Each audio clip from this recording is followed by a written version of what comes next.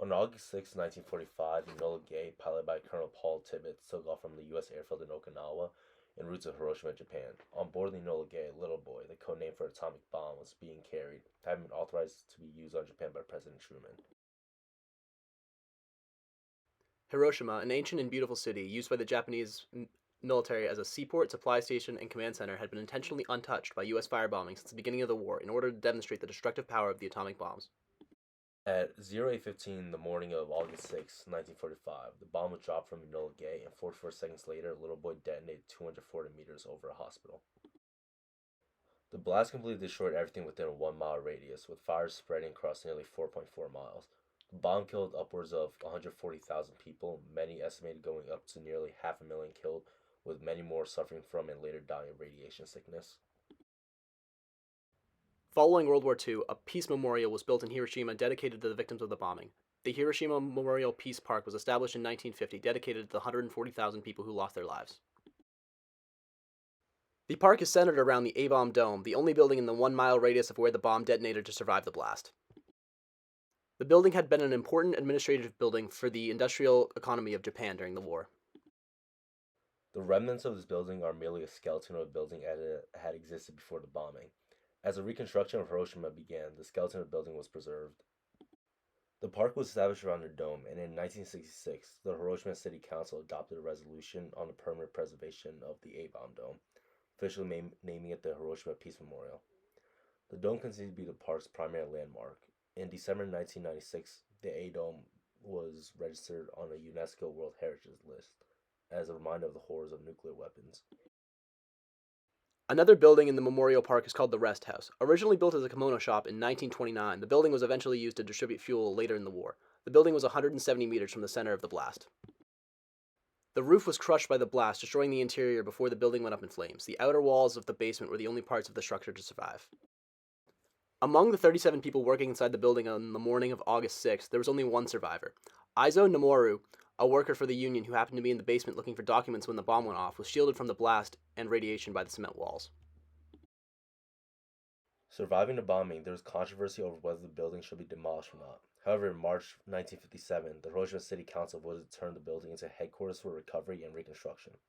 In 1982, the building was renovated into a hub for tourist information, leaving the basement preserved as it was on August 6 when the bomb dropped.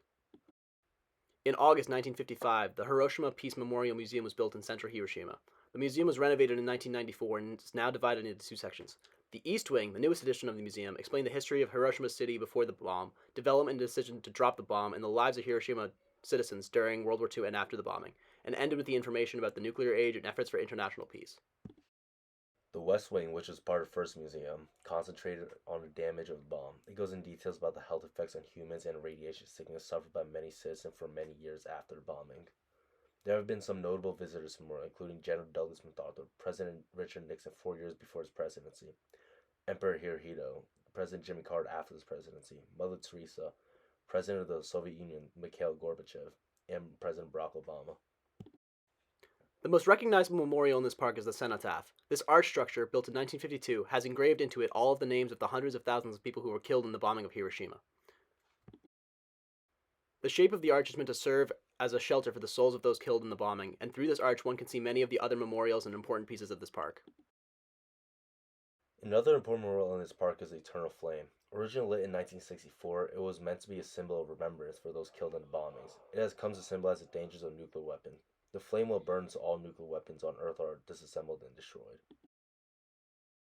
In 1964, peace bells were added as another ideological protest to the proliferations and possession of nuclear weapons. These bells are covered in nuclear symbols and are meant to be rang in support of world peace and non-proliferation of nuclear weapons. The Gates of Peace are 10 gates in the park that have inscribed into them peace in 49 different languages. The 10 gates that are in this park symbolize the 9 levels of hell plus the hell on earth that was Hiroshima during the bombing. During the Second World War, all middle and high school students in Japan were mobilized by the Japanese state and were required to do labor for the Japanese in primarily industrial sectors. During the Second World War, 8,400 of these mobilized students were in Hiroshima, and 6,300 of them were killed during the bombing. In 1967, a tower was built in honor of these students who were killed in the bombing. In 1960, Hiroshima Municipal Federation of Women's Association donated a memorial to the non-proliferation of hydrogen and atomic weapons. This was created intentionally designed to show the love of a mother to their child as a way to show the emotional pain that nuclear weapons can cause. The Children's Peace Memorial is located in the park. It was built on May 5th, 1958, the Japanese children's holiday. It displays a child who died of radiation poisoning holding a wire origami crane above her head. Thousands of origami cranes from all over the world are offered around the monument. It symbolizes a sign that the children who make them desire a world without nuclear war. The monument is surrounded by angels, representing the children in heaven among the other fallen angels who died during the bombing of Hiroshima. One of the memorials in this park is one that is subject to significant controversy. This monument honors the Korean people that served the Japanese killed in the bombing. The most known Korean member of the Japanese army was a prince of Korea named Yi Woo, who was a member of the Korean imperial family, who then joined the Japanese army and promoted up to colonel. He was in charge of one of Japan's army groups of 45,000 soldiers based out of Hiroshima. But at no point does this memorial mention the thousands of Korean prisoners of war who were killed by the atomic bombings who were working as forced labor in nearby factories. The United States has never formally apologized to Japan for dropping nuclear bombs. It is still one of the greatest questions today is whether the atomic bomb was necessary to bring about the war's end. Supporters of the bombing generally believe that they prevented an invasion of the Japanese mainland, saving more lives than they took by doing so. Opponents of the bombing say they were unnecessary to win the war, or that they constitute a war crime or genocide.